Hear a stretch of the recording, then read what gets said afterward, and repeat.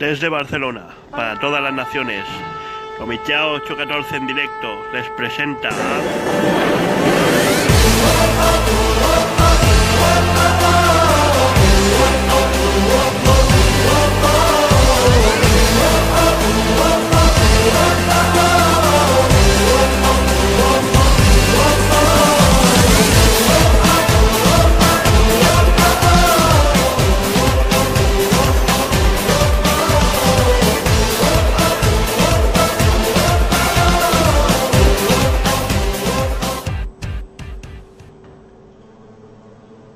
Shalom. Les habla nuevamente el Roe Nectalí García Espinosa de la Kehilat Romillao 814 Ben Jacob. Estamos una vez más al frente de usted para poder entablar una conversación viajada, sobre todo porque se refiere a la compasión y a la java que tenemos que tener de nosotros mismos y a nuestra Nechama y de nuestro Rúa. Ahora vamos a continuar la disertación que empezamos ayer, porque ahora estamos celebrando, como usted ve a mi izquierda, lo que significa Hanukkah. Hanukkah, la fiesta de las luces, la fiesta de la conmemoración, como lo llaman en muchas diversidades, pero en sí es Hanukkah, la fiesta de la liberación, la fiesta de las luces, a la cual es a este tiempo que nos toca celebrar como un sentimiento yahudí y como que todos estamos de fiesta, todos los hermanos yahudí de todo el mundo, que estamos haciendo techubá, y los hijos legítimos que estamos como nosotros, los hijos que venimos resurgiendo en la restauración del pueblo de Israel llamado Efraín. Este día le quiero dar las dos oraciones que se dan principalmente antes de encender la Hanukkah, para que vayamos en sintonía, unánimes, en un mismo sentir y un mismo pensar. Baruch atah Yahweh Eloheinu melech haolam asher kidshanu b'divotah b'exivano lehadlik ner shel Hanukkah. Exaltado eres tú, Yahweh nuestro Elohim, Rey del universo, que nos has hecho chocados con sus preceptos y nos has ordenado encender la vela de la Hanukkah. Baruch atah Yahweh Eloheinu melech haolam che sanim sin lavo tenu boimin Hachem bat hamakseh. Exaltado eres tú, Yahweh nuestro Elohim, Rey del universo, que realizó milagros para nosotros, a nuestros antepasados, en aquellos días, en esta época de Hanukkah. Estas velas que encendemos por los milagros es por los milagros y las maravillas y la salvación de las batallas que realizaste para nuestros antepasados en aquellos días, en esta época, a través de tu Kadosh y tus Kohanines. Durante los 8 días de Hanukkah, estas velas son sagradas y no estamos autorizados para darles uso corriente, sino para contemplarlas y así poder expresar agradecimiento y exaltación a tu gran nombre por tus milagros, tus maravillas y tu salvación. Que Yahweh Elohim Sebaot abra cada día los ojos de su entendimiento en el nombre de Yahshua el Mashiach, que le desea el Roe Nectalí García Espinosa de parte de la Kehilat Ben Jacob, Romillao 814, Ben Jacob, Barcelona. Ahora yo quiero agradecerle a usted su sintonía, ofreciéndole una preciosa exaltación que a continuación la escuchará para que se regocije conmigo, porque estamos de fiesta, estamos en Hanukkah. Ahora mismo escuche lo que le dice esta disertación de esta Halel preciosa a que viene a continuación.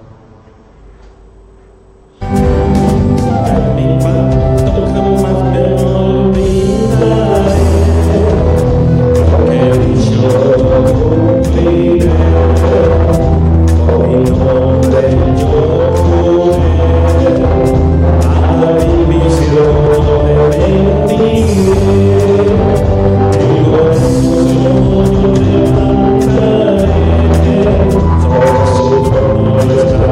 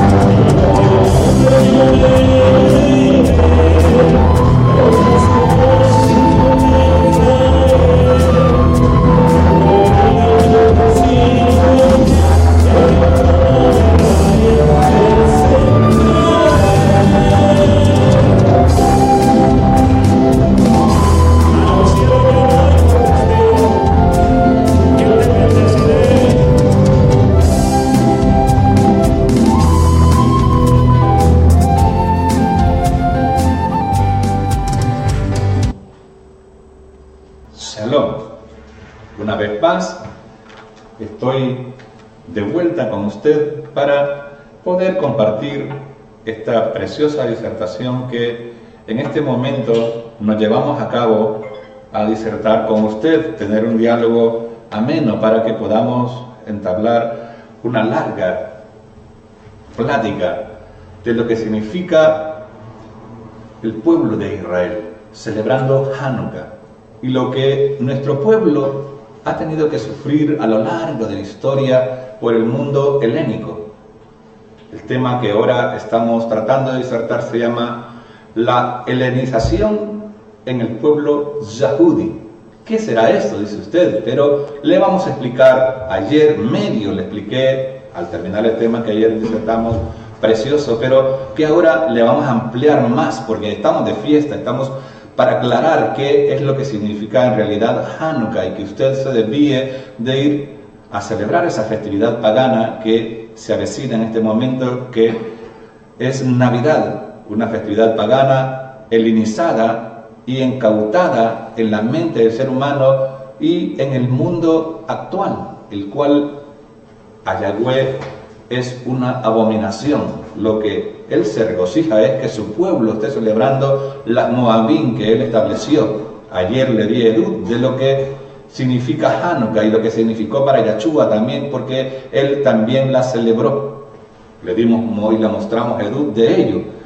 Pero ahora vamos a hablar de unas cosas interesantísimas, y usted se va a dar cuenta que quizás usted no ha leído tampoco lo que significa los libros de los Macabeos, los dos libros helenizados que fueron trastocados y que también se ha recuperado la esencia de ella misma para poder darle la versión correcta a lo que estos libros que se escribieron, pero que no aparecen, que son canónicos, que no aparecen en la escritura normal, como es la Reina Valera, que la usa usted allá en su uso secular, pero que en la versión Kadosh israelita, en la escritura también católica, sí aparecen estos libros porque tienen una gran connotación a la esencia misma de lo que nuestro pueblo de Israel ha sufrido por largos años, como lo está ahora siendo asediado por el enemigo, y lo mismo ha pasado, pero ahora le vamos a dar una larga historia de lo que ha acontecido y las palabras que Yahweh ha venido poniendo en personas como usted y como yo para poder reavivar esa esperanza y alumbrarnos con esta luz que miramos a nuestro alrededor.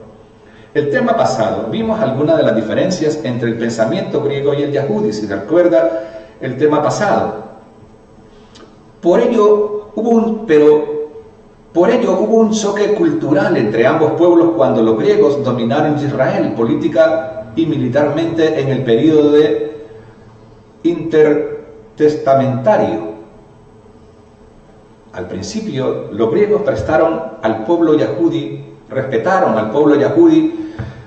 y sus costumbres, esperando convencerlos con el tiempo de la supuesta superioridad del pensamiento griego, según ellos. De hecho, convencieron a muchos, los cuales adoptaron la forma de vida griega. Esto se conoce como helenización, de las palabras ellas, Grecia, pero no todos se helenizaron, que esto es lo que quiero irle explicando, a lo que significa el término helenización, conflicto interno entre los hermanos en ese tiempo. El conflicto entre la mentalidad griega y hebrea no solo provenía de los conquistadores, también había un conflicto interno, una tensión entre los yahudís helenizados y los que querían mantenerse fieles a su fe, a su emuná y a sus tradiciones. Los yahudís helenizados pidieron ayuda al rey helénico de Siria, Antíoco IV, descendiente de Seleuco. Le solicitaron que interviniera en la nación de Israel para forzar la helenización. Pero tal efecto, el rey Antíoco emitió un decreto en el que prohibían varios aspectos de la relación yahudí, de lo que ellos no se esperaban, de los cuales fue uno de ellos, prohibición el estudio de la Torá, prohibieron el reposo del Shabbat, prohibieron la celebración de la luna nueva y el seguimiento del calendario hebreo, prohibieron hacer circuncisiones, obligaron a las novias a pasar una noche con un general griego antes de la boda. Atrocidades, como usted las ha escuchado. Esto se llama helenización. Los yahudis que rehusaban a helenizarse eran perseguidos y aún torturados. La intervención de Antíoco IV los llevó a una guerra militar contra los fieles del pueblo yahudí y finalmente la profanación del templo en Yechuralayan. Esta fue parte del cumplimiento de la profecía de Daniel, que describió como la abominación desoladora. En el capítulo 11 de Daniel 31 a 33 le explicaré de lo que significa la abominación desoladora, que dice así: y se levantaron brazos de su padre y contaminarán el santuario de fortaleza y quitarán el continuo sacrificio y pondrán la abominación desoladora, y con lisonjas harán pecar a los violadores del pacto, mas el pueblo que conoce a su Elohim se esforzará y hará proezas, y los sabios del pueblo instruirán a muchos, pero caerán a espada y a fuego en cautividad y despojo por muchos días. Daniel ya sabía la helenización que iba a tener nuestro pueblo Israel. Conforme a su profecía, se cumplió en el tiempo de los macabeos, en los tiempos que han venido ahora helenizándose cada día más nuestro pueblo Israel por medio de los enemigos que tiene a su alrededor. Yahshua explicó que la profanación del templo por Antíoco fue solo la sombra, porque en los últimos tiempos volverá a suceder. Lo dice en Mateo capítulo 24, verso 15, que es lo que le estaba corroborando hace un momento. Por tanto, cuando veréis la abominación desoladora que fue dicha por el profeta Daniel, que estará en el lugar Kadosh, el que lea entienda. Hoy en día vemos en la iglesia un conflicto similar entre los que se quieren adaptar al mundo y los que quieren seguir fieles a los principios de la Escritura. Los que sean fieles a la verdad del reino de Yahweh serán perseguidos aún por los otros creyentes que han sido asimilados, y veremos otra vez la abominación desoladora entre nosotros mismos o entre nuestros hermanos. Pero sigue diciendo Matillahu, capítulo 24, versos 21 y 22, porque habrá entonces gran tribulación, cual no ha habido desde el principio del mundo hasta ahora, ni jamás habrá. Así que aquellos días no fuesen acortados, ninguna carne será salva por más causa de los escogidos, aquellos días serán acortados. ¿Quién fue Antíoco Epifanes? Es la interrogante que podemos ver que trajo esta desolación asoladora. El rey de Siria se llamaba Antíoco, pero él se autodenominó Epifanes, que significa Yahweh manifestó la rudeza hacia su pueblo infiel, hacia su pueblo que le desobedeció. Y esto lo ve al actor popular de la vivencia que ahora hacemos ahora en nuestro tiempo, que todavía no se ha manifestado la desolación en muchos, pero se puede manifestar por la rebelión y por la desobediencia. Antíoco se creía a Dios y quería que lo adoraran como tal, pero como los yahudis solo adoran a Yahweh, él estaba determinado a destruir su religión y su cultura. Recuérdese el segundo mitzvot que Yahweh le da al pueblo de Israel. Shema Israel, Yahweh Eloheinu, Yahweh Echad. Escucha Israel, Yahweh Elohim, Yahweh uno es. Invalidó el templo en Jerusalén y lo convirtió en un templo para el dios Zeus. De lo que usted no tiene connotación de ello, que fue lo que hizo ese hombre, pero le voy a disertar paso a paso conforme a lo que dice el libro de Macabeos, segundo libro de Macabeos, capítulo 6, versos 1 y 2. Usted lo puede buscar en la web también si quiere corroborar de lo que le voy a explicar ahora. Poco tiempo después, el rey envió a un consejero ateniense para que obligara a los yahudíes a abandonar las costumbres de sus padres y a no vivir conforme a la Torá de Yahweh, a profanar el templo de Yachuralim, dedicándolo a Júpiter, olímpico, y a dedicar el del monte Gerizim a Júpiter, hospitalario, conforme a la idiosincrasia de los habitantes de aquel lugar. Este recrudimiento del mal se hacía penoso, insoportable para todos. Ahí ve usted los dos dioses que usted tiene a su alrededor, uno Zeus y otro Júpiter, que usted no se entera, quizás aquel que está creyendo el cristianismo ahora en este tiempo. Nosotros haremos bien en aprender de la historia, porque es muy importantísimo para la vida de un creyente, de una persona que va avivando una esperanza de emuná en su vida. Si no sabe historia, si va a tientas, si no sabe cómo inculcar, cómo solidizar su emuná, va a ir a tientas en la vida, como muchos que ahora están juzgando sin saber la historia. Por eso le estoy hablando de lo que está registrado en los libros de los Macabeos, capítulo número 1 y número 2. El primer libro, los Macabeos, narra la historia de Israel en el siglo II antes de la era común. En esa época, el territorio de Israel había caído bajo el dominio de los reyes griegos que sucedieron a Alejandro Magno. Estos reyes, a veces ayudados por algunos yahudíes helenizados, quisieron imponer en Israel las costumbres paganas. Lo dice en el capítulo 1.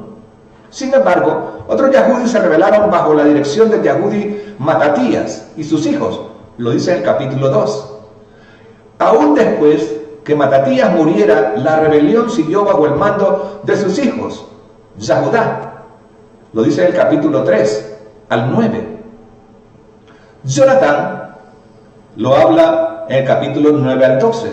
Y Simeón, capítulo 13, verso 16, los hijos de Matatías. A ellos se le llamaron los Macabeos, como usted no lo conoce, pero eso sucedió en el siglo II antes de la era común, en la época que no hubo profeta. Fue cuando nuestro pueblo fue más zarandeado y que no se pudo recuperar de la embestida del enemigo, porque Yahweh no le dio cobertura con la profecía. El segundo libro de los Macabeos no es una continuación del primero, sino que es la narración de los mismos sucesos, pero desde otra perspectiva. El énfasis está puesto en la historia de Yahudá, Macabeo, y en lo que sucedió en el templo de Yachuralayim. A continuación les presento varios segmentos de ambos libros en forma de resumen. Alejandro en el primer Macabeo y Eliyahu, Yahudá en el segundo segmento del segundo libro de Macabeos. En el primer libro de Macabeos, en capítulo 1, versos 7 al 15, resumido, Alejandro murió después de reinar 12 años y sus generales se hicieron cargo del gobierno, cada uno en su propia región. Apenas murió, todos se ciñeron a la corona y sus hijos lo sucedieron durante muchos años, llenando la tierra de calamidades. De ellos surgió un bastardo perverso, Antíoco Epifanes, el que le estaba mencionando, hijo del rey Antíoco, que había estado en Roma como rehén y subió al trono en el año 137 del imperio griego.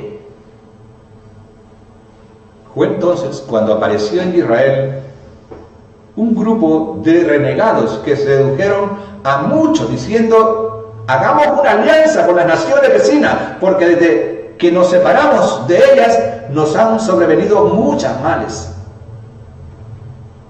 Al estar enajenados con su mente y con su ambición, los males supuestamente le iban a venir, porque le dije anteriormente que la obediencia es la bendición de Yahweh y es la provisión suya asegurada. Pero la desobediencia es la maldición que viene de parte de Yahweh también a aquel de que desobedece su palabra. Recuérdese lo que lo que dice en Devarim, en Deuteronomio, capítulo 30, verso 11 al 15, cuando dice que le muestra dos actitudes Moisés al pueblo de Israel. Si te vas por el camino izquierdo, serás bendecido, y si serás maldecido. Y si te vas por el camino derecho, llevarás la bendición y la provisión asegurada de Yahweh. Ellos no se olvidaron de la Torá y se ampararon a sus propias supersticiones humanamente, sin la ayuda de Yahweh. Esta propuesta fue bien recibida y algunos del pueblo fueron enseguida a ver al rey, y éste les dio autorización para seguir las costumbres de los paganos. Ellos construyeron un gimnasio en Jerusalén al estilo de los paganos, disimularon la marca de la circuncisión, y renegando de la Kadosh alianza, se unieron a los paganos y se entregaron a toda clase de maldades. Aunque la helenización parecía algo bueno al pueblo, en realidad es opuesto a lo que la Escritura enseña. El pueblo de Yahweh no debe mezclarse con las naciones paganas, ni inquirir sus costumbres, ni hacer alianza con ellas. Algunos yahudíes argumentaban que les había ido mal desde que se separaron de las naciones paganas. Era de esperarse. Pero en realidad era todo lo contrario. Siempre las imitaron. Salieron entre ellas, pero llevaban las mismas costumbres, que es lo que Yahweh aborrece, la idolatría. Pero en realidad era todo lo contrario. Siempre las imitaron y por eso les iba mal. La obediencia a los preceptos divinos es lo que abre las puertas de la bendición, porque Yahweh sabe lo que nos conviene. Aquí es cuando conquistan y profanan el templo. 1 Macabeos capítulo 1, verso 2 al 25. Después de derrotar a Egipto, Antíoco subió contra Israel, llegando a Jerusalén con un poderoso ejército. Antíoco penetró arrogantemente en el lugar Kadosh y se llevó del altar el altar de oro, el candelabro con todas sus lámparas, la mesa de los panes de la terumá, los vasos para las libaciones, las copas, los incensarios de oro, el cortinado y las coronas, y arrancó todo el decorado de oro que recubría la fachada del templo. Tomó también la plata, el oro, los objetos de valor y todos los tesoros que encontró escondidos. Que, si usted se acuerda, el rey Artajerjes le había dado al escriba que llevara esos regalos, esos presentes a Edras, al templo, cuando él fue a Yachuralayan y llevó todos esos presentes y ese tesoros que él dio quedaron escondidos en el templo y fue presa fácil para el Antíoco Epifanes, como lo ve usted, como se lo estoy explicando. Una gran consternación se extendió por todo Israel por el decreto de Antíoco Epifanes IV. 1 Macabeos capítulo 1, 41 al 50, se lo resumo, dice así: el rey promulgó un decreto en todo su reino, ordenando que todas formaran un solo pueblo y renunciaran a sus principios, costumbres. Todas las naciones se sometieran a la orden del rey, y muchos israelitas aceptaron el culto oficial y ofrecieron sacrificios a los ídolos y profanaron el Shabbat.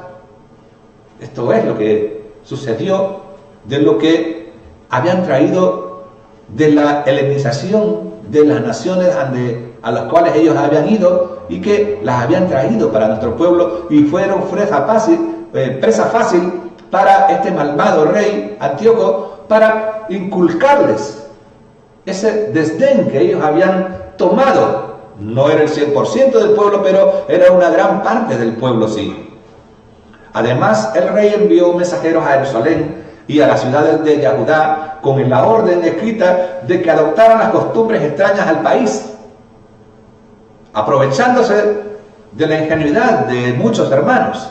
Los holocaustos, los sacrificios y las libaciones debían suprimirse en el Mizcán. Los Shabbat y los días festivos debían de ser profanados. El Mizcán y las cosas caras debían de ser mancilladas, debían erigirse altares, recintos sagrados y templos a los ídolos, sacrificando cerdos y otros animales impuros, los cuales prohíbe la Torá. Los niños no debían ser circuncidados y todos debían hacerse abominables a sí mismos, con toda clase de impureza y profanaciones, olvidando así la Torá y cambiando todas las prácticas.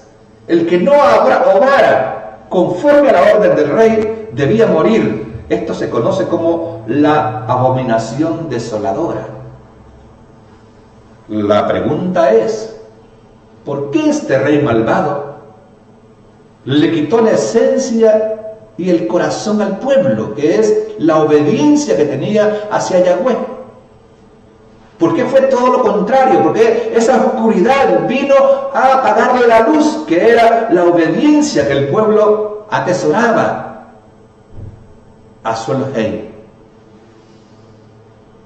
Esto es lo que ahora tiene que hacerle despertar al hermano cristiano que está escuchándome por ahí, o que quizás puede escuchar esta disertación.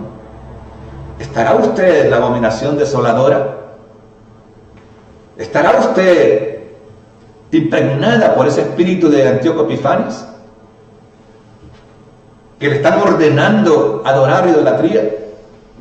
Está con esa costumbre que le han dado toda la vida y usted no quiere salir de esa abominación desoladora de su vida. Primera Macabeos, capítulo 1, versos 54 al 57, nos dice así: el día 15 del mes de Kislev, en el año 145, el rey hizo erigir sobre el altar de los holocaustos la abominación de la desolación. Mire, también construyeron altares en todas las ciudades de Yahudá, en las puertas de las casas y en las plazas se quemaba incienso. Se destruían y arrojaban el fuego los libros de la Torá, que se encontraban, y al que se lo descubra con un libro, dio un edicto a él, de la alianza de su poder, en su poder, o al que observaba los preceptos de la Torá, se lo condenaba a muerte, en virtud del decreto real dado por ese rey malvado, Antíoco Epifanes. Se creía Dios. Él se creía que mandaba todo y que podía dar órdenes, prohibiciones a que el ser humano, como en este caso me refiero es al Yahudi, se le había dado estatutos, preceptos, normas, decretos, y que era ley cumplirlo. ¿Estamos helenizados ahora en este momento de la vida que nos está tocando vivir? Es la respuesta muy concreta. Le digo yo que sí, estamos helenizados en un mundo helénico, el cual nos están torturando con toda la idolatría y el mandamiento de la gran ramera que nos introdujo, y que estamos subyugados a la gran ramera, al sistema actual, el cual estamos regidos. Bueno, no digo estamos, porque yo, gracias a Alaba, ya me he sacado de allí. Ahora estoy explicándole cómo salir de ese embrujo en que hemos caído, y que todavía muchos hermanos que, entre comillas, decimos que somos mesiánicos ya y nos creemos yahudis, todavía tenemos leudado muchas cosas a nuestro alrededor. No queremos salir completamente, y cuando se nos viene una adversidad, somos presa fácil de caer en ello. Pero aún en medio de la persecución siempre queda un remanente fiel, inamovible, con carácter, con convicción, que Yahweh siempre tiene en su diestra. Primera Macabeos capítulo 1, versos 62 y 63. Sin embargo, cuando muchos israelitas se mantuvieron firmes y tuvieron el valor de no comer alimentos impuros, prefirieron la muerte antes que marcharse con esos alimentos y quebrantar la Kadosh, alianza, y por eso murieron. Podrá decir alguien ahí que escucha, es que es difícil, el momento es difícil, pero no es imposible. Si usted ya va a ver lo que le voy a explicar más adelante, si usted tiene una emuná fuerte en su ser. Había israelitas valientes como Matatías y sus hijos. Entre los pocos yahudis que permanecieron fieles a su emuná se encontraba el Cohen Matatías y sus hijos. Y se lamentaba lo que estaba sucediendo, el atrocinio que estaba viendo entre su pueblo. ¿Qué es lo que ahora vemos nosotros en esa condición, como están nuestros hermanos allá afuera?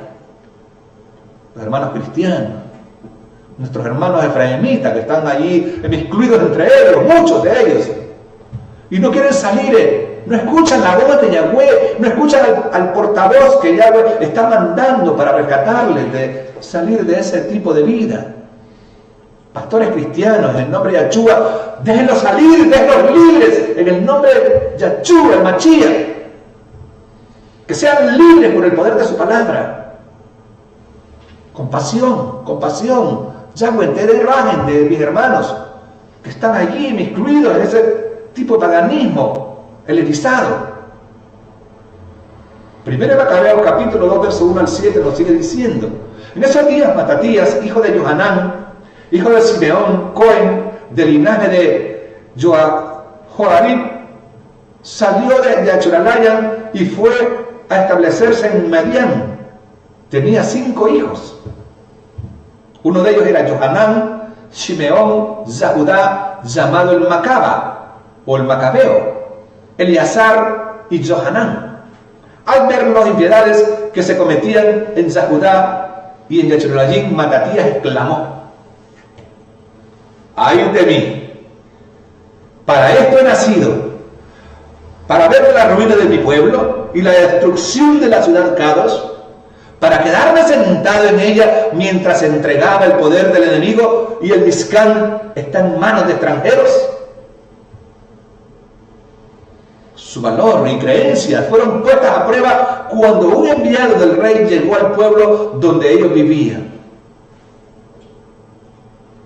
Primera Macabeos capítulo 2, verso 15 al 28 nos narra así: entre tanto, los delegados del rey, encargados de imponer la apostasía, llegaron a la ciudad de Medián para exigir que se ofrecieran los sacrificios. Se presentaron muchos israelitas, pero Matatías y sus hijos se agruparon aparte. Entonces los enviados del rey fueron a decirle: tú eres el jefe, ilustre y gozas de autoridad en esta ciudad, respaldado por tus hijos y hermanos. Si el primero en acercarse a ejecutar la orden del rey, como lo han hecho todas las naciones, y también los hombres de Yahudá y los que han quedado en Yachuralaim, así tú y tus hijos serán contados entre los amigos del rey y gratificados con plata, oro y numerosos regalos. Así es el enemigo, que viene con las propuestas y argumentos para poder debilitar tu emuná. Sigilosamente conquista tu corazón, nos conquista el corazón. Le pido a toda Rabaya o Elohim Sebaot que me cubra desde la coronilla de mi cabeza hasta la planta de mi pie, de que no vaya a caer en esta trampa, porque quiero ser un Matatías. Matatías respondió en alta voz como debe hacerse, o debe hacer un siervo de Yahweh. Mire usted, aunque todas las naciones que están bajo el dominio del rey obedezcan y abandonen el culto de sus antepasados para someterse a sus órdenes, yo, mis hijos y mis hermanos nos mantendremos fieles a la alianza de nuestros padres.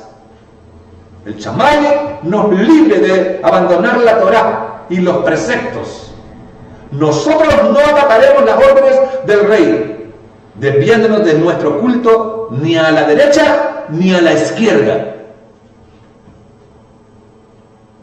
Cuando acabó de pronunciar estas palabras, un Yahudí se adelantó a la vista de todos para ofrecer un sacrificio en el altar de Modín, conforme al decreto del rey.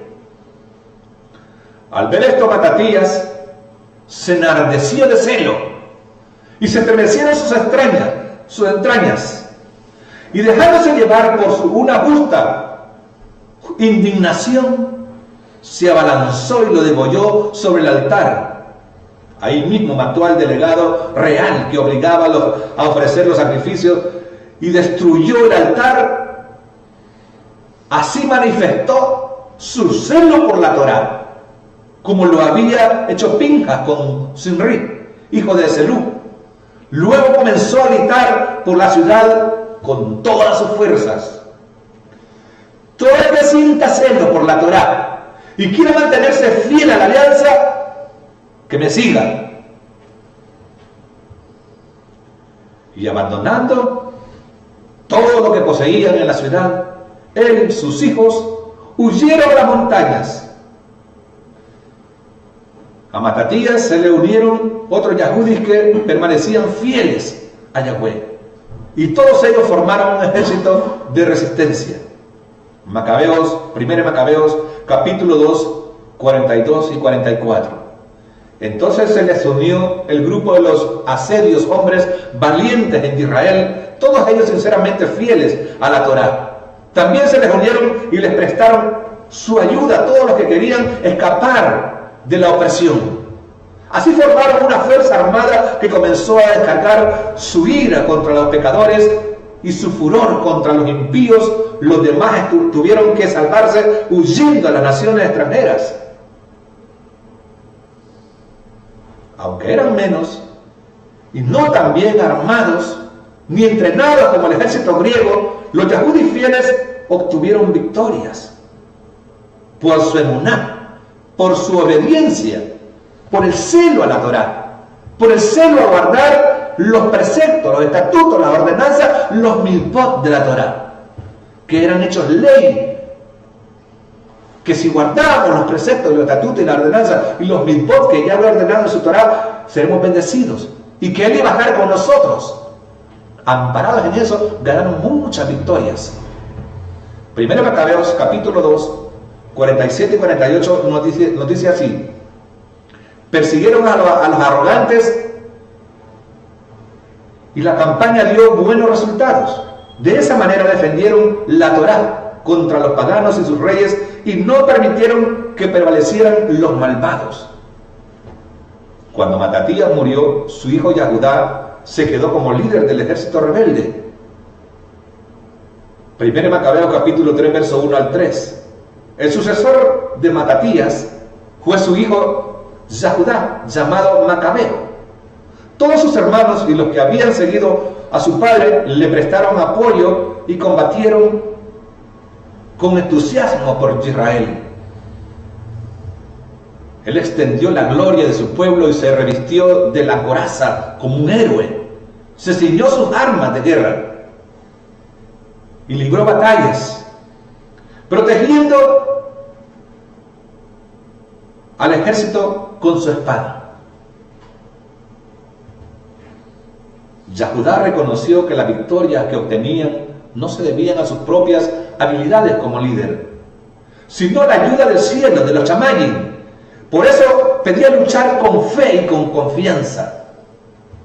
1 Macabeos capítulo 3, versos 17 al 22 nos dice: estos, al ver el ejército que les venía encima, dijeron a Yahudá: como siendo tan pocos, podremos combatir con una multitud tan poderosa.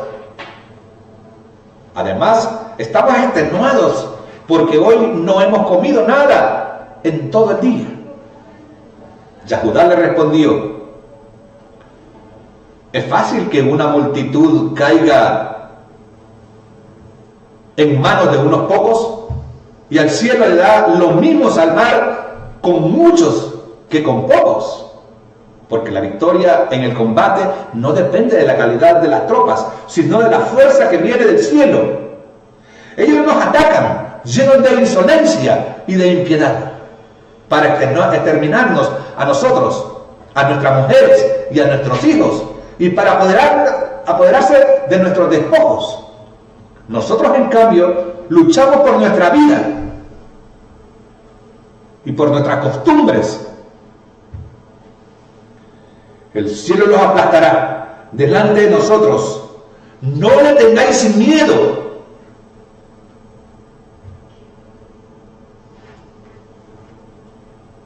Con firmeza, con autoridad, Yahudá alentó al pueblo a ir al encuentro de miles de soldados contra un pequeño número de ejército que le acompañaba. Desarmado, molesto por la rebelión yahudí, Antíoco mandó a reunir todo su ejército a atacar a Yashuralayim hasta destruirla por completo. Imaginen cómo ha sufrido nuestro pueblo. La gran Yashuralayim, la ciudad del gran rey, ha sido agazapada toda la vida, maltratada, ultrajada, como ahora mismo está. Ante la amenaza Yahudá y los yahudíes fieles no huyeron, sino que se armaron de valor para enfrentar al enemigo, aunque les costara la vida. Primera Macabeos capítulo 3, 42 al 60, resumido, 42 y 60. Yahudá y sus hermanos vieron que se habían agravado los males y que el ejército estaba acampado dentro de su territorio. También se enteraron de la consigna real de destruir al pueblo hasta aniquilarlo. Entonces se dijeron unos a otros: libremos a nuestro pueblo de la ruina y luchemos por él, y por él Mizcán. Inmediatamente Yahudá puso oficiales al frente del ejército, jefes de 1000, de 100, de 50 y de 10 hombres, a los que estaban construyendo su casa, a los que acababan de casarse o de plantar una viña, y a los que tenían miedo les ordenó que volvieran a casa cada uno. No voy a ir con cobardes, dijo Yahudá, conforme a la Torá estableció y establecida. Luego avanzó con el ejército y acampó al sur de Emaús. Yahudá les dijo: cíñanse las armas, comportándose valerosamente, y estén preparados mañana al amanecer para atacar a esos paganos que se han aliado contra nosotros a fin de destruirnos y destruir nuestro Mizcán. Porque es preferible para nosotros morir en el combate que ver las desgracias de nuestra nación y del Mizcán. Se cumplirá lo que los Chamayim disponga. ¿Ve usted?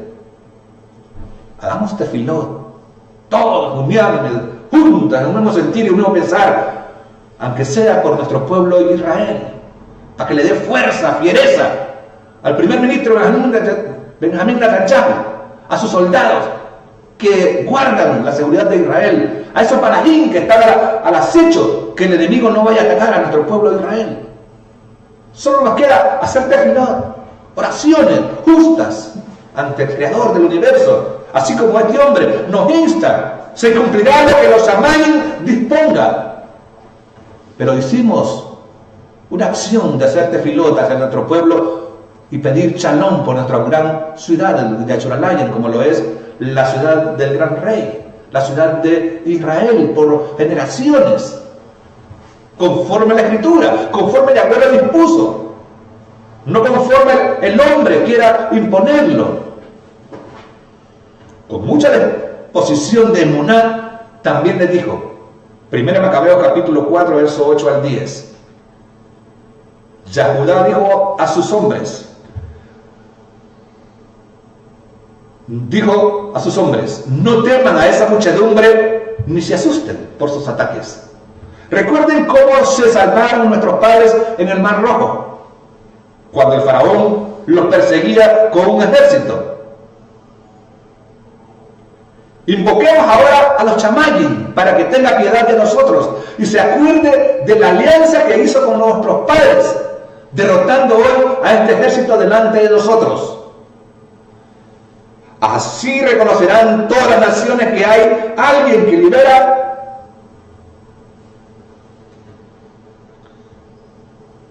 y salva a Israel.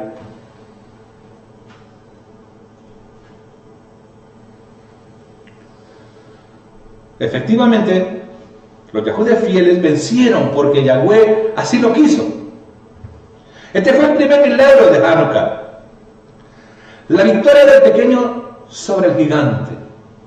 Y si no, mire usted David versus Goliat.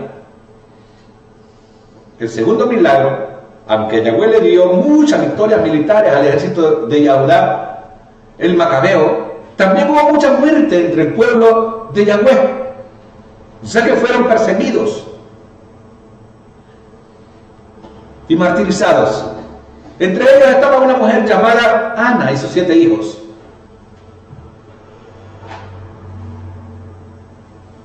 Segundo de Macabeo capítulo 7 lo narra de esta manera. También fueron detenidos 7 hermanos junto con su madre. El rey, flagelándolos con azotes y tendones de buey, trató de obligarlos a comer carne de cerdo. Ellos, hablando en nombre de todos, les dijo: ¿qué queréis preguntar y saber de nosotros? Estamos dispuestos a morir antes que violar la Torá de nuestros padres. El rey, fuera de sí, mandó a poner al fuego sartenes y ollas, y cuando estuvieron al rojo vivo, ordenó que cortaran la lengua al que había hablado en nombre de los demás, y que le arrancaran el cuello cabelludo, y que le amputaran las extremidades en presencia de sus hermanos y de su madre. Cuando quedó totalmente mutilado, aunque aún estaba con vida, mandó que lo acercaran al fuego y lo arrojaron al sartén. Mientras el humo del sartén se extendía por todas partes, los otros hermanos y la madre se animaban mutuamente a morir con generosidad, diciendo: Yahweh nos está viendo y tiene compasión de nosotros, como lo declaró Moisés en el canto que atestigua claramente: Yahshua se apiadará de sus servidores.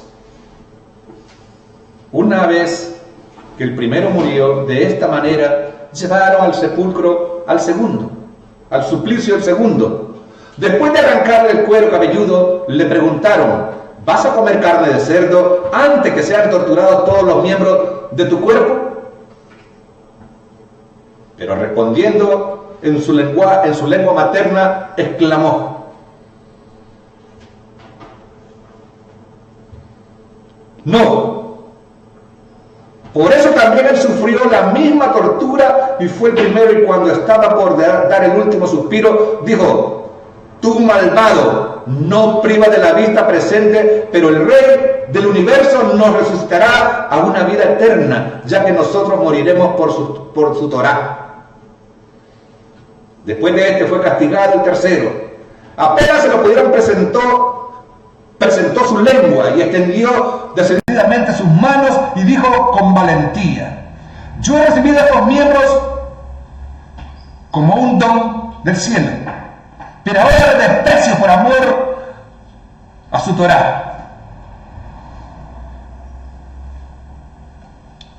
Y espero recibirlos nuevamente de él.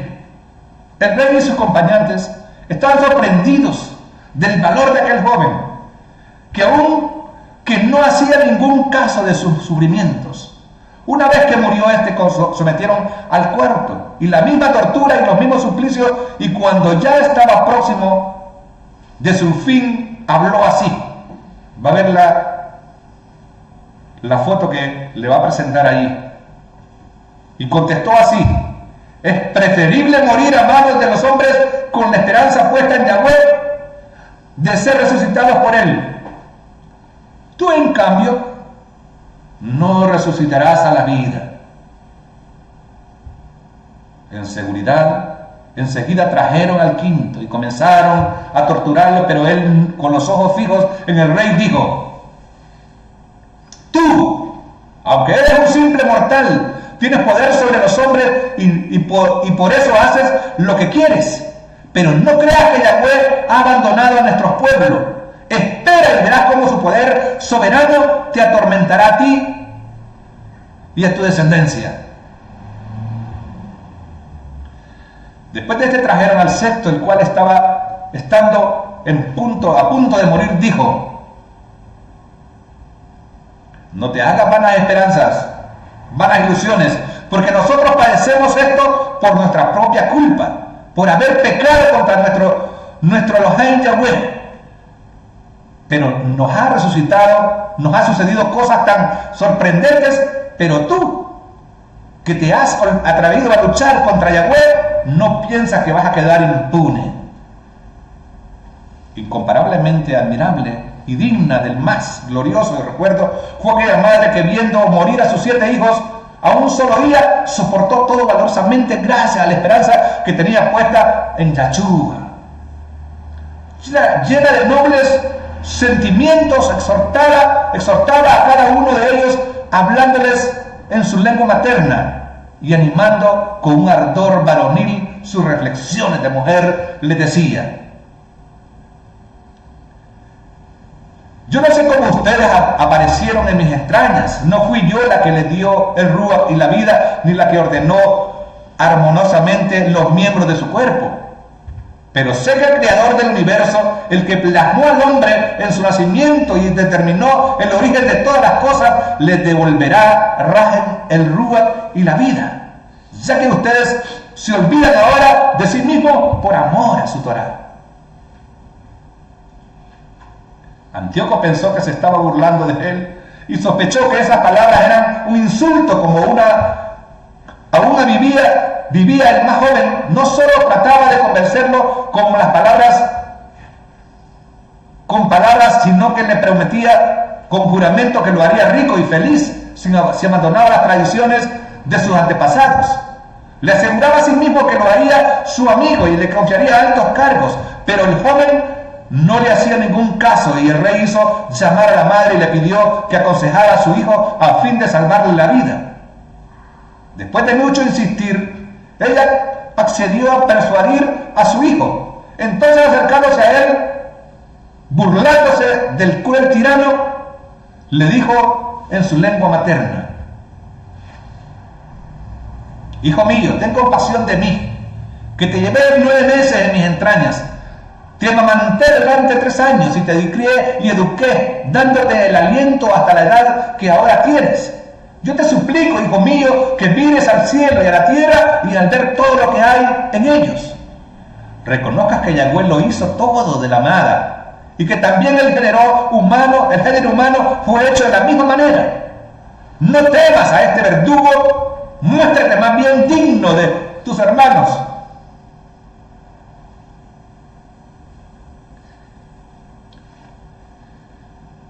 Y acepta la muerte para que vuelva a encontrarte con ellos, para que te vuelvas a encontrar con ellos en el tiempo de la raja. Apenas ella terminó de hablar, el joven dijo: ¿qué esperas? Yo no obedezco el decreto del rey, sino las prescripciones de la Torá, que fue dada a nuestros padres por medio de Moisés. Y tú, que eres el causante de todas las desgracias de los hebreos, no escaparás de las manos de Yahweh. Es verdad que nosotros padecemos a causa de nuestros propios pecados, pero si Yahshua viviente se ha irritado por mí por un tiempo para castigarnos y corregirnos, Él volverá a reconciliarse con sus servidores. Tú, en cambio, el más impío e infame de todos los hombres, no te engrías vanamente, ni alientes falsas esperanzas, levantando tu mano contra los hijos del cielo, porque todavía no ha escapado el juicio de Yahweh, Todopoderoso, que ve todas las cosas. Nuestros hermanos, después de haber soportado un breve tormento, gozan ahora de la vida inagotable en virtud de la alianza de Yahweh. Pero tú, por el justo juicio de Yahweh, soportarás la pena merecida por tu soberbia. Yo, como mis hermanos, entrego mi cuerpo y mi alma por la Torá de nuestros padres, invocando a Yahweh para que pronto se muestre propicio por nuestra nación y para que te haga confesar a fuerza de aflicciones y golpes que es el único Yahweh. Ojalá que se detenga en mí y en mis hermanos la ira del Todopoderoso juntamente desencadenada sobre todo nuestro pueblo. Con esto lo quiero dejar. Lástima que nuestro tiempo es el que nos obliga a poder estar terminando a tiempo, antes de que termine la enseñanza, pero le doy todo a Rabá por su vida, en el nombre de Yahshua el Mashiach.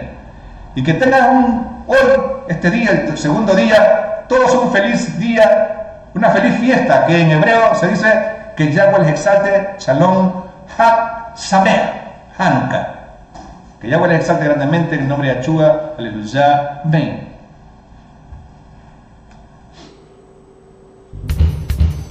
Anatolami